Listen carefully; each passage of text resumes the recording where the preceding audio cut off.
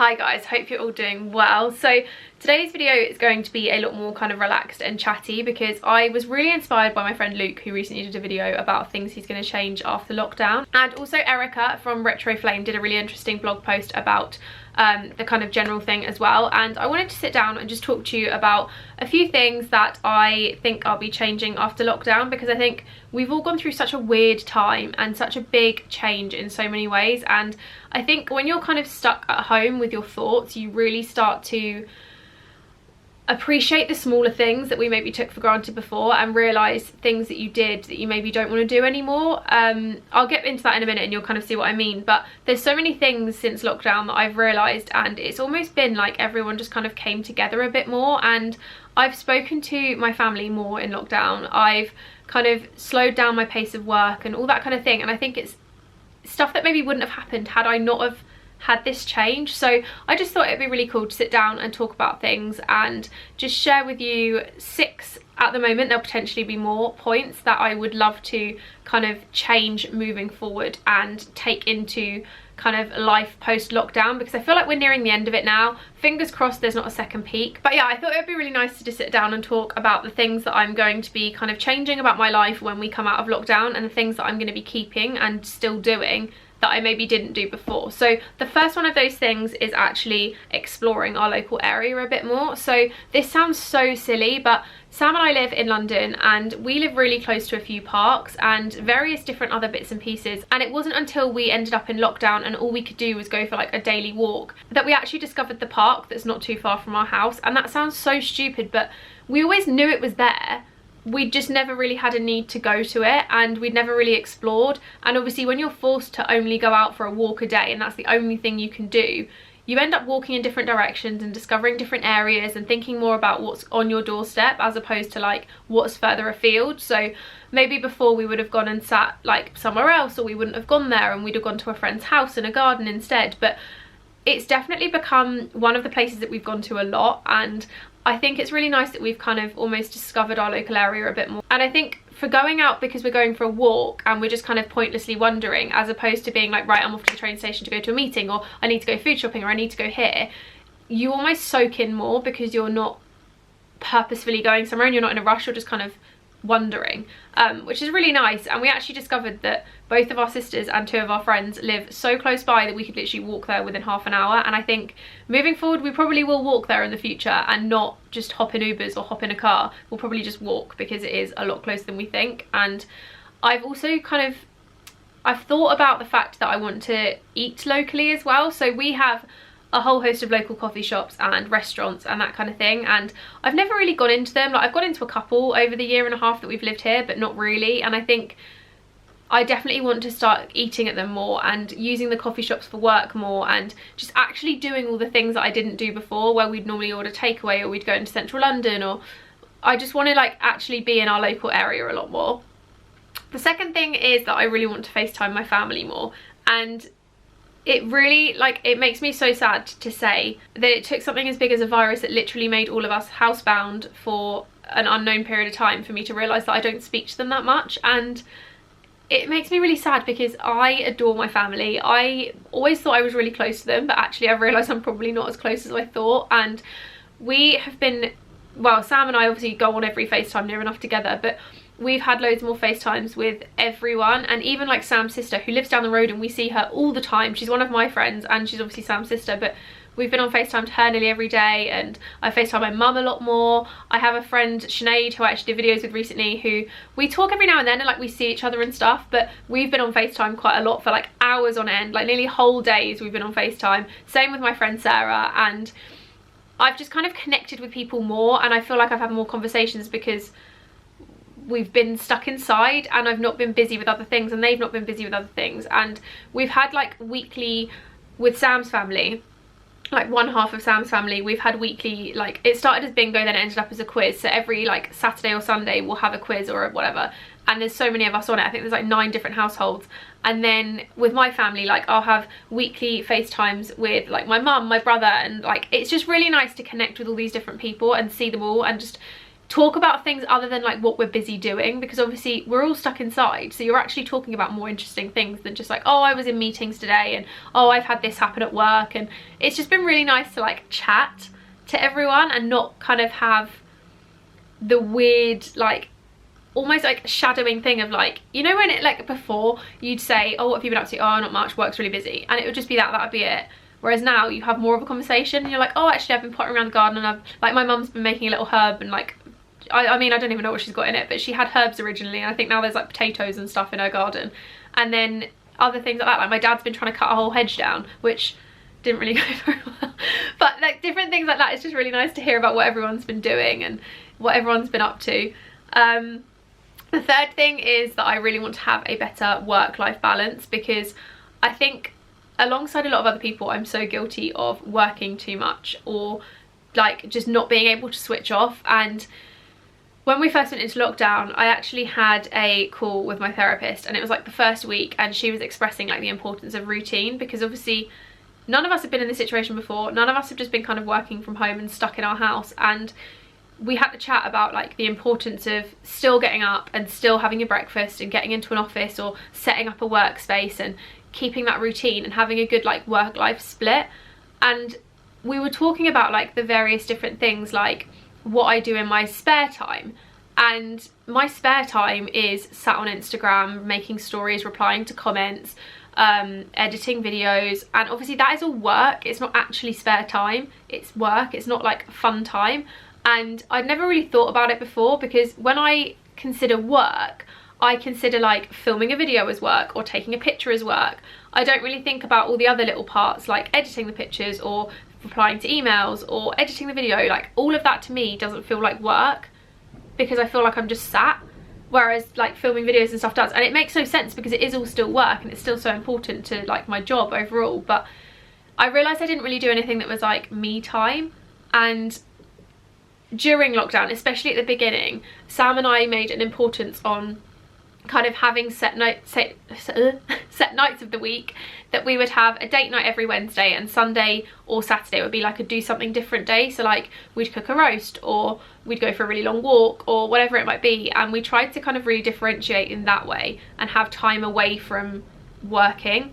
And also silly things like I mean, to be fair, we're quite good at this in general, but we will at 5 o'clock or 6 o'clock, we'll both kind of jointly just put work away and sit and watch a movie, or like I'll play on my Switch, or like we'll just do something that isn't work, or like have a bath or whatever. And it's been really nice, and I think it's made me realise the importance of having a kind of structure. It is really hard when it's social media, because it is such a 24-hour thing, but just to have like a slight structure to my days, as opposed to just feeling like I kind of work whenever I feel like it. It's good to have like that little bit of structure, and make sure that I have like the time that I sit and just do nothing but sit.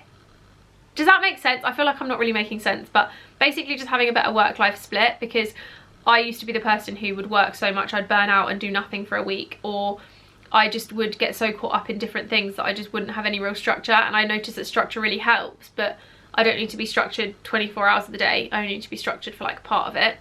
The next point, I think we're on 4 now, is cooking at home.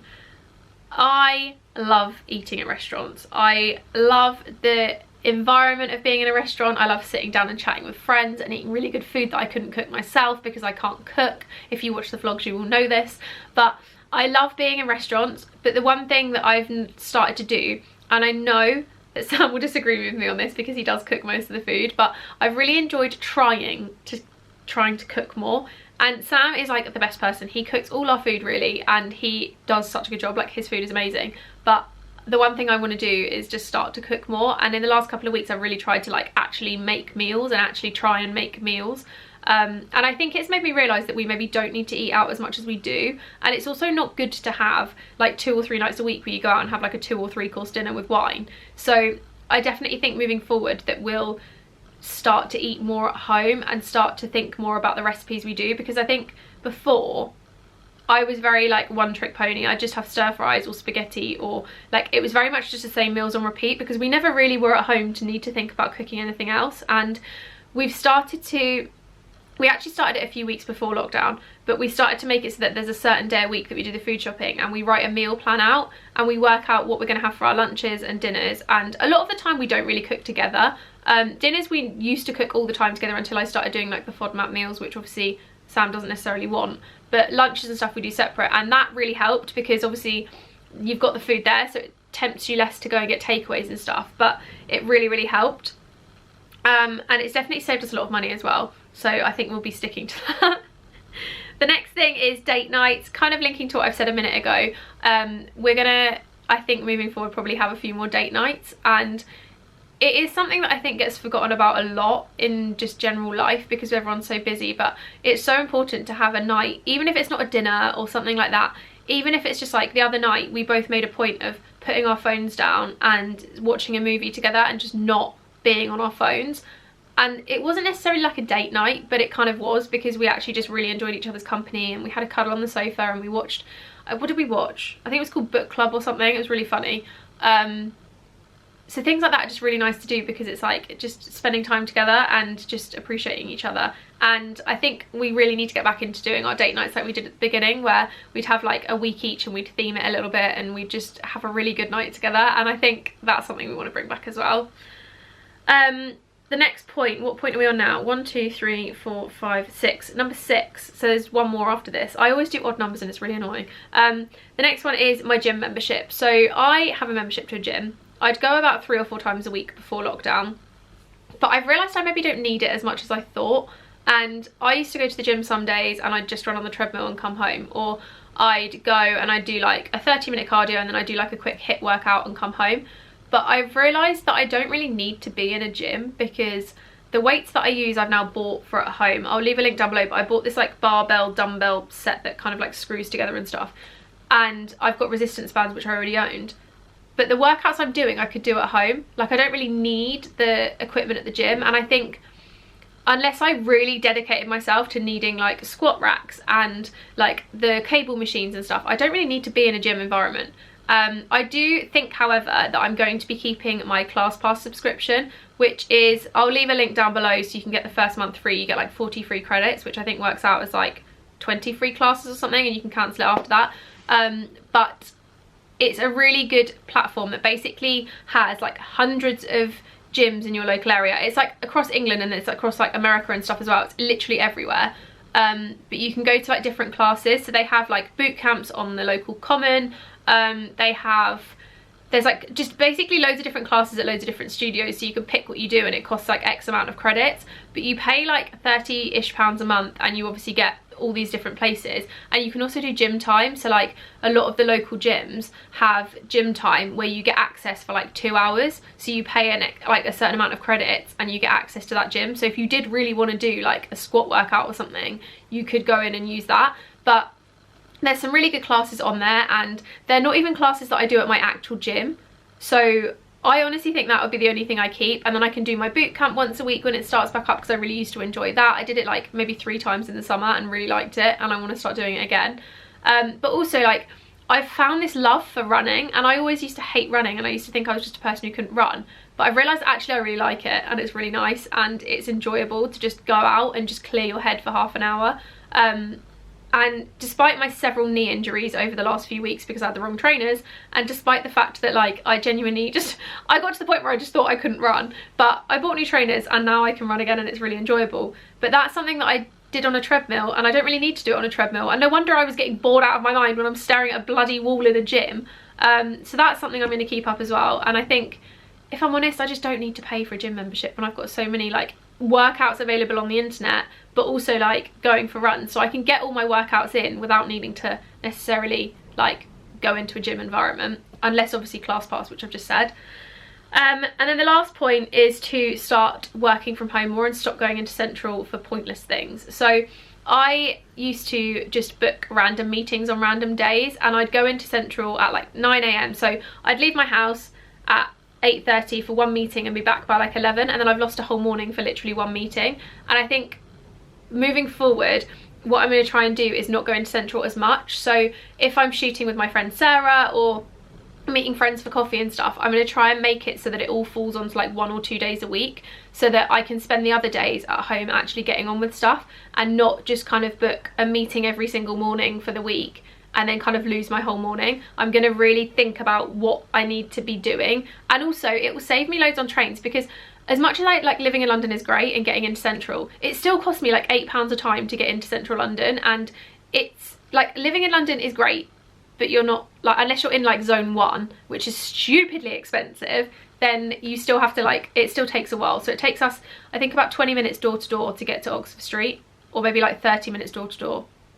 But either way, it's still quite a long, like, it still takes a while, it still costs money. So I think I definitely will be limiting the amount of days that I go into Central London. And obviously if I'm meeting friends for coffee and stuff, it's a bit different, because I'd still probably shoot a couple of outfits or whatever. But I'm going to try and really do that, and also try and keep my weekends as weekends, which is something that Sam and I have done for about a year anyway. We try to not work on the weekends, but it's something I'm definitely going to keep up doing moving forward too. Okay, my camera seems to cut off at like 16 minutes 39 or something, so this is a 2-part. It was going to be a raw 1-cut wonder, but I think it's going to end up being in 2 parts. Sorry about that.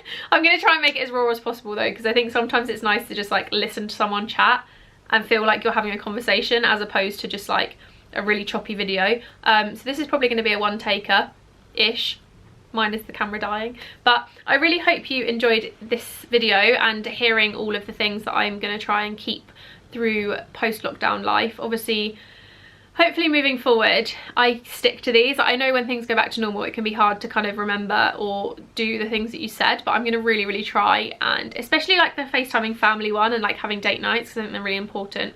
But on that note, I'm going to end the video here. So hope you enjoyed this video, guys. Please leave me a comment and let me know things that you are going to be changing post lockdown, or anything that you've really kind of enjoyed during lockdown that you want to keep up. I know some people have taken up like reading or gardening or running or whatever it might be. I'd love to know, but give this video a thumbs up if you liked it, and I'll see you in my next one. Bye guys.